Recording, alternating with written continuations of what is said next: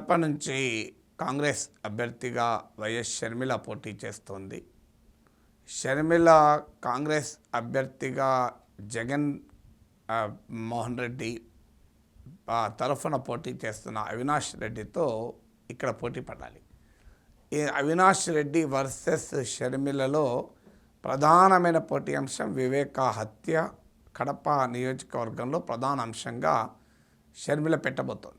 ఎందుకంటే ఈరోజు కూడా మాట్లాడుతూ చిన్నాన్నను చంపిన వ్యక్తికి జగన్ అండా ఉండడం అంటే అని తన ఆవేదన వ్యక్తం చేస్తోంది.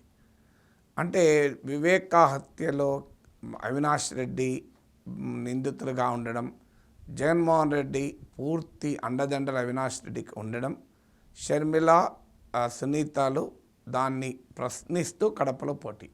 ఒక రకంగా వివేక హత్య పైన పొలిటికల్ రెఫరెండంగా దీన్ని షర్మిల మారుస్తున్నారు.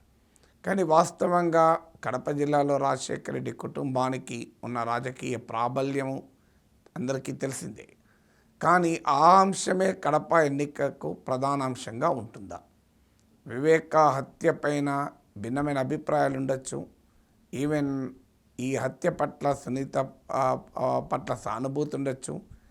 ఈవెన్ అవినాష్ రెడ్డి పట్ల వ్యతిరేకత ఉండేవారు కూడా ఉండవచ్చు. కానీ అది రాజకీయపరమైన ఎన్నికల్లో ప్రధానంగా ప్రభావం చూపే అంశంగా ఉంటుందా అనేది క్వశ్చన్.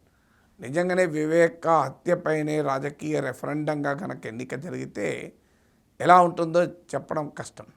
కానీ ఆ రకమైనటువంటి పరిస్థితి మన రాజకీయాల్లో ఉంటుందా? ఎందుకంటే ప్రజలందరి జీవన్మరణ సమస్యగా వివేక హత్య కేసు ఉంటుందా? ఆంధ్రప్రదేశ్ రాష్ట్రంలో ఉన్న డామినెంట్ పొలిటికల్ థీమ్స్ను కాదని వివేక హత్య అంత ప్రభావం చూపుతుందా అనేది క్వశ్చన్. సానుభూతి ఇవి అంశాలు ఒక రాజకీయపరమైన అంశాలతో ముడిపడి ఉన్నప్పుడే ప్రభావం చూపుతాయి. సానుభూతి కూడా రాజకీయపరమైన అంశాలతో ముడిపడి లేనప్పుడు అది ప్రభావాన్ని చూపవు. అందువల్ల వివేక హత్య అనే అంశాన్ని ఆయుధంగా చేసుకొని ప్రధానంగా షర్మిల కడపలో పోటీ చేయబోతుంది. ఇక రెండవది జగన్మోహన్ రెడ్డి పాలన, ఆ పాలన పట్ల వ్యతిరేకత ప్రకటించడం షర్మిల రెండవ అంశం. సో ఈ విషయంలో ఆమె తెలుగుదేశంతో కూడా పోటీ పడాలి.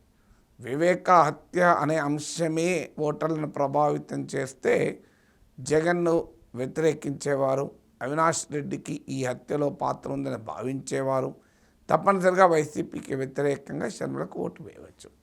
కానీ రాజకీయపరమైన అంశము జగన్మోహన్ రెడ్డి పాలన, ఆ పాలన పైన రెఫరెండంగా గనక కడపలో కూడా ఎన్నిక మారితే అప్పుడు షర్మిలతో పాటు టీడీపీ అభ్యర్థి కూడా కూటమి తరఫున పోటీదారంటారు. అంటే జగన్మోహన్ రెడ్డి ఓడించాలి అని భావించేవారు షర్మిలకు ఓటు వేయాలా లేదా టీడీపీకి ఓటు వేయాలా అనేది నిర్ణయం తీసుకోవాల్సి ఉంటుంది. అక్కడ జగన్ వ్యతిరేక ఓటు షర్మిలకు టీడీపీకి మధ్య చీలి అది పరోక్షంగా వైసీపీకి ఉపయోగపడినా ఆశ్చర్యపడాల్సినటువంటి అవసరం లేదు. అందువల్ల ప్రభుత్వ వ్యతిరేక ఓటు చీలే అవకాశం ఉంటుంది. ఇక మూడవది జాతీయ స్థాయిలో మోడీ వర్సెస్ ఇండియా కూటమి, బీజేపీ వర్సెస్ కాంగ్రెస్. ఈ పొలిటికల్ నరేటివ్ కూడా ఒక ముఖ్యమైన అంశంగా ఉంటుంది.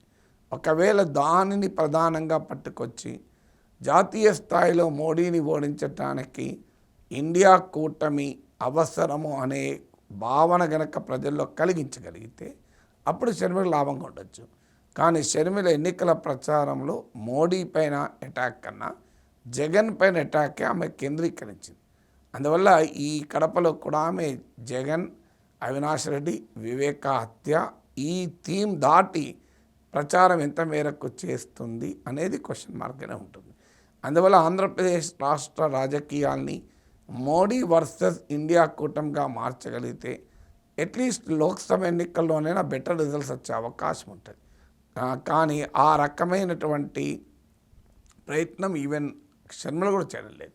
అందువల్ల షర్మిల ఎన్నిక ఏ మేరకు ప్రభావం చూపుతుంది అనేది కడపలో ఇప్పుడు క్వశ్చన్ మార్క్గానే మిగిలిపోయింది.